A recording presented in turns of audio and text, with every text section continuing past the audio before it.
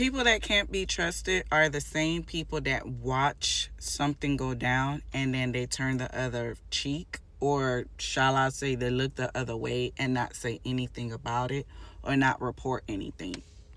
That's the reason why many people in the generation now and in the generation after have such trust issues with certain people who say certain things or who are in certain titles or in certain positions, because in their mind they're like, but if you are at such, you're trying to make us hold you at such a level, such a prestigious level.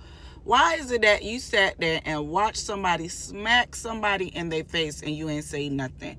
You watched somebody scheme their money out of their 401k and you didn't say anything. You watched the abuse happen and you looked the other way. But now you want us to hold you to such a high regards to say that you are integral? It can't be. Like, it can't be. Because how do you watch wickedness happen and not want to warn other people about it?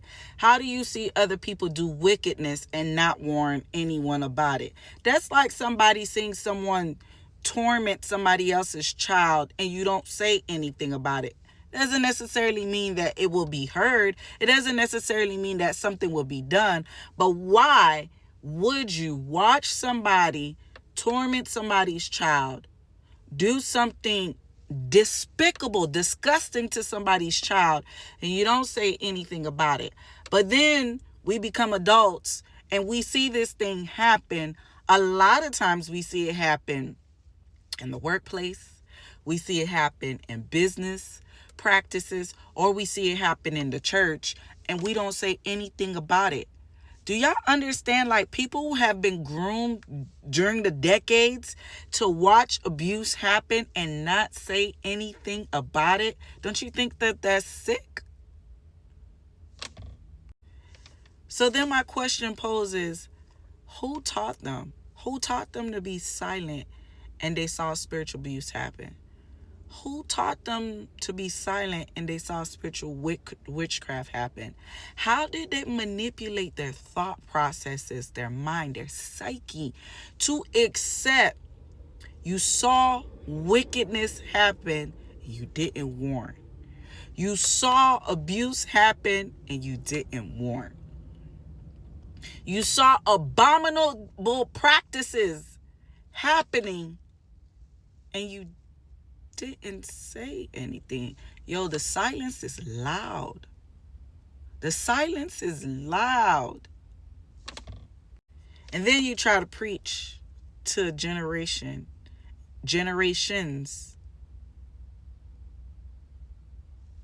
that you're integral. You try to preach to them to be integral, but you're not integral. You try to preach to them to be righteous, but you're not righteous. You try to preach to them. Y'all see the hypocrisy? This is why God don't like hypocrisy. This is why. Because when I hear testimonies and I hear stories and they were like, they were kicked out, they were tormented, they were abused, they were spiritually manipulated, they were spiritually abused, their money was taken away from them in the name of God. Disgusting, right? They were tricked into sowing thousands and thousands and thousands of dollars in the name of God. Some of them behind the scenes, they got impregnated and were told to get rid of their babies. Or they were sent off to a no man's land. Like a place like Idaho or something, or Kentucky, no offense, guys. Right? And no one said anything.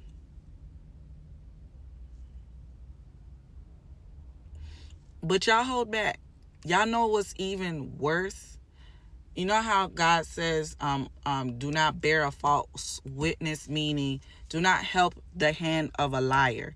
You saw somebody lie and you bear witness to basically enthrone their lies. Basically, you saw somebody lie and you became a witness for the liar to say, no, they didn't lie. Mind you, you watched a lie and you became a witness for it. Y'all know what's worse? The bystanders that watched it didn't say anything because the bystander is likened unto a false witness. Liken. I didn't say they were exact, but liken. Because it's like you and your friends or you and your peoples, you see your peoples getting jumped and you sat there and be a bystander and you didn't get inside the mud to basically make sure your peoples didn't get jumped. So the bystanders are even, I would say, more wicked. Why are they more wicked? Because you saw the spiritual abuse. You saw the spiritual wickedness. You saw the spiritual witchcraft. You saw the people getting fleeced out of money and you didn't warn them. Why are you not doing what Acts said? Why are you not doing what the apostle said in Acts? When he said in Acts chapter oh my goodness, when it was Acts was Paul was saying that they were dogs and savages. I forgot I don't know if it was Acts 17 or Acts 18. It was Acts 20. You see them, you see the savages and you don't say anything. You don't warn anyone. Like to say, not to say that you could do anything, but the least you could do is say, hey, stay away from here. This person, they're a wolf. This person is a savage. This person is a monster. You would do it for your own children, right? Or wouldn't you? Because it's one thing to warn people and they don't listen, right? But it's another thing to watch something and don't warn anyone, but you strengthen their hands. You promote this person. You evangelize for this person. You talk good of this person, knowing there are no monster behind scenes. You got to be careful because a lot of times people think that they're exempt because they didn't say anything. Nah, God keeps all records. He keeps all records. So I hope this encourages you. Please don't be like one of them people. Don't be like one of them people. Didn't say you could do anything about it. Sometimes the warning is saving somebody's life. Sometimes crying loud is saving somebody's life. Sometimes yelling to the rooftop that this person is a savage, a wolf, a dog, like Revelation called them, is saving a life. Until the next one, guys.